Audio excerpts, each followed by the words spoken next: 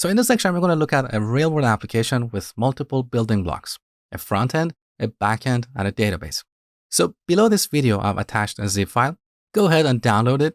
Inside that zip file, you're going to find this folder structure. We have this backend folder, which is our node project. This is a basic node project that starts a web server on port 3001. Once again, you don't need to know Node to go through this section. Then we have the front-end project, which is a React application that talks to the backend.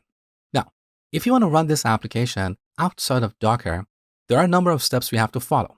Let's say we just check this out from a GitHub repository.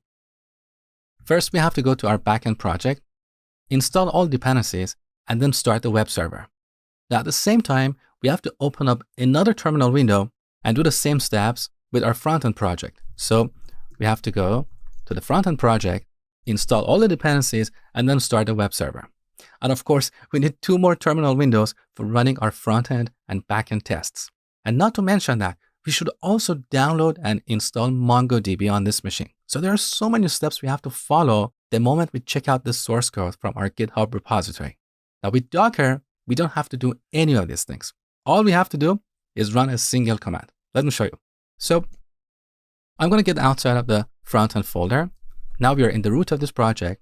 If you look, here we have a file called Docker Compose, which is used for composing a multi-container application. We're going to talk about that in detail soon.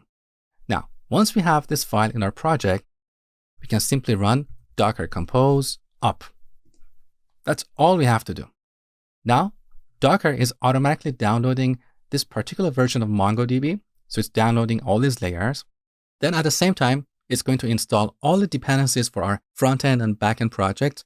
It will start web servers and run automated tests all in this window. Now, this is going to take a little while, so I'll be right back. All right, our application is up and running, and we can access it at localhost port 3000. So here's what we get. We have a mini application for managing a list of movies. Now, you know what's the beauty here? The beauty is that our database is populated with these movies as part of bringing up our application. I didn't have to manually insert these movies in our database. So we have a migration script for populating our database, and Docker automatically executed our migration script as part of bringing up this application. This is a very common real-world scenario. Now here we can add new movies, movie 1, movie 2, whatever, and we can also delete these movies. So we brought up this application using a single command. Now I briefly mentioned this file, dockercompose.yaml. Before we talk about this file, first you need to understand the YAML format. This is a format that a lot of people are not familiar with. So in the next lesson, we're going to talk about JSON and YAML formats.